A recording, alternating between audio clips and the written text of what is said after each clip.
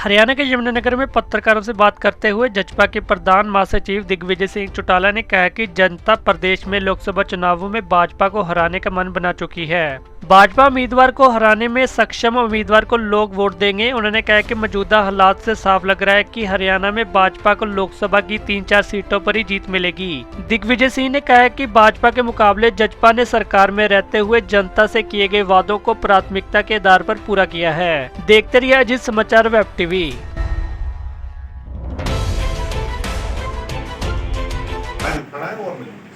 हरियाणा में आप पार्टी का क्या भविष्य है? ऐसा है कि आप पार्टी या कोई भी दल अपने नेता की आइडेंटिटी से आगे बढ़ता है। देश के अंदर राजनीतिक सिनेरियो बदल गया है। पहले पार्टियों के नाम से चलता था, नेता छोटे होते। अब देश में लीडर सेंट्रिक राजनीति हुई है। लीडर सेंट्रिक राजनीति में आम आदमी पार्टी के पास हरियाणा में कोई नेता नहीं और यही उसका बड़ा ड्रॉबैक है और यही कहीं ना कहीं उसके लिए कमजोर सा। जजपा उपचुनाव करनाल का लड़ने जा रही है। हमारा तो कैंडिडेट तैयार है, बस 1-2 दिन में घोषित हो जाए और बड़ा अच्छा कैंडिडेट, बड़ा मजबूत कैंडिडेट आता है। अपने यहाँ के मुद्दों को जमीनी हकीकत बनाने के लिए काम करेगा। अपितु जो बड़ी सरकार, बड़ी पार्टी का जीत करके जाएगा, राष्ट्रीय पार्टी का, वो उसकी परछाई में कहीं ना कहीं दब जाएगा।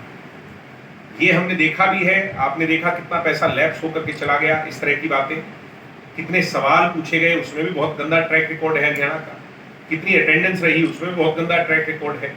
तो सांसद हमें दुष्यंत चौटाला जैसा चाहिए जिसने हरियाणा की आवाज को एक अलग पहचान। आज आया राम गया राम की राजनीति चल रही है, सभी पार्टियों के लोग इधर उधर भाग रहे हैं, क्या इसको उचित मानते हो? ये क्या मानते कल्चर ही हो गया है और ये कल्चर जो है ये हरियाणा की राजनीति में ज्यादा है कि पतझड़ और बसंत ऋतु ज्यादा दिखाई दे रही है।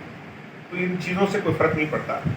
लोग आते जाते, जात से बड़ी जमात होती है। जमात मजबूत है, पेड़ मजबूत है, पेड़ की जड़ें मजबूत है, उसकी टहनियां मजबूत है। पत्ते आएंगे और चले जाएंगे, ये सब चीजें चलती हैं।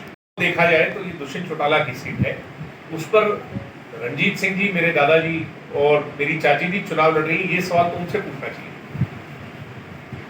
तो सर, हरियाणा में जिस तरह से एकदम से सीएम का चेहरा बदला गया था, गठबंधन टूट गया था, तो उसके बारे में आपकी क्या राय? हमारी राय साफ है। नायब सैनी जी से उम्मीद बहुत थी, मगर नायब सैनी जी मजबूर है, विवश है। उसका रीजन है कि आचार संहिता लगने के बाद उनको मुख्यमंत्री पद की शपथ दिलाई।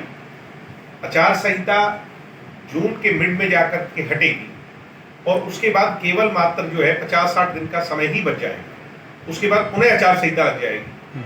60 दिन में कोई नई पॉलिसी बनाई तो जा सकती है, उसको इम्प्लीमेंट नहीं किया जा सकता, उसको जमीनी हकीकत नहीं बनाया जा सकता।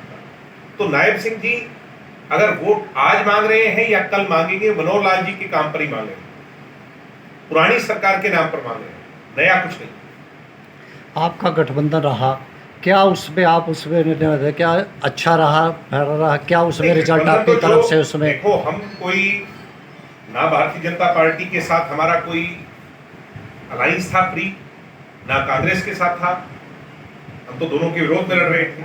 हमने पहला ऑफर ही कांग्रेस को किया था, कांग्रेस डिनाइल मोड पर आ गई, तो हमने भारतीय जनता पार्टी के साथ सरकार बनाई।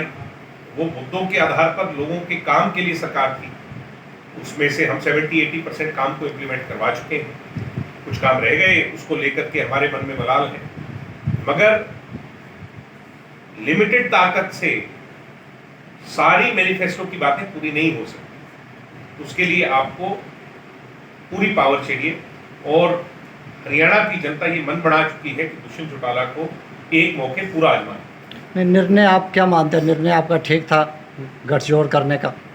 इस निर्णय को ठीक या गलत के रूप में नहीं देखना चाहिए। इस निर्णय को सिर्फ और सिर्फ काम के रूप में देखना चाहिए। क्या दुष्यंत चौटाला जिस काम के लिए भारतीय जनता पार्टी के साथ सरकार में सम्मिलित हुए थे, क्या उस पर काम कर पाए?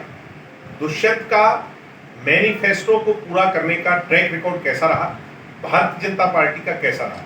मैं ये मानता हूँ बीजेपी अपने किए हुए वादों में आधे भी पूरे नहीं कर पाई, जहां दुष्यंत चौटाला ने 70-80% काम किया। अजय चौटाला जी का भी बयान पीछे आया था कि राजनीति में कुछ भी संभव है, अगर दोबारा भी गठबंधन हो सकता है तो किया जा सकता है। आप क्या मानते हैं इस विषय में?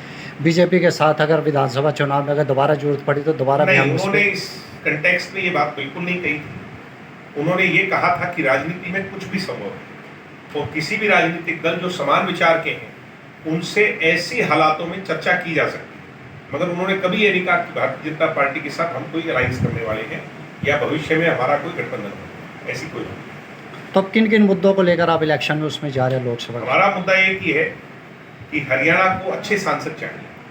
क्षेत्रीय दल का सांसद अगर चुन करके जाएगा कर रहा है तो वो हमारा विरोधी है, जो कांग्रेस के लोग हैं या इनेलो के लोग हैं।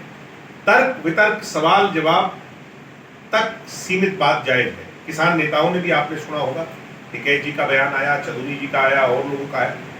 जो लोग जत्थेबंदियों को लीड करने वाले लोग हैं, जिनके नाम पर यह आंदोलन खड़ा हुआ, वो लोग ये कह रहे हैं कि विरोध करना गलत है, तर्क वितर्क करना, सवाल जवाब करना चाहिए।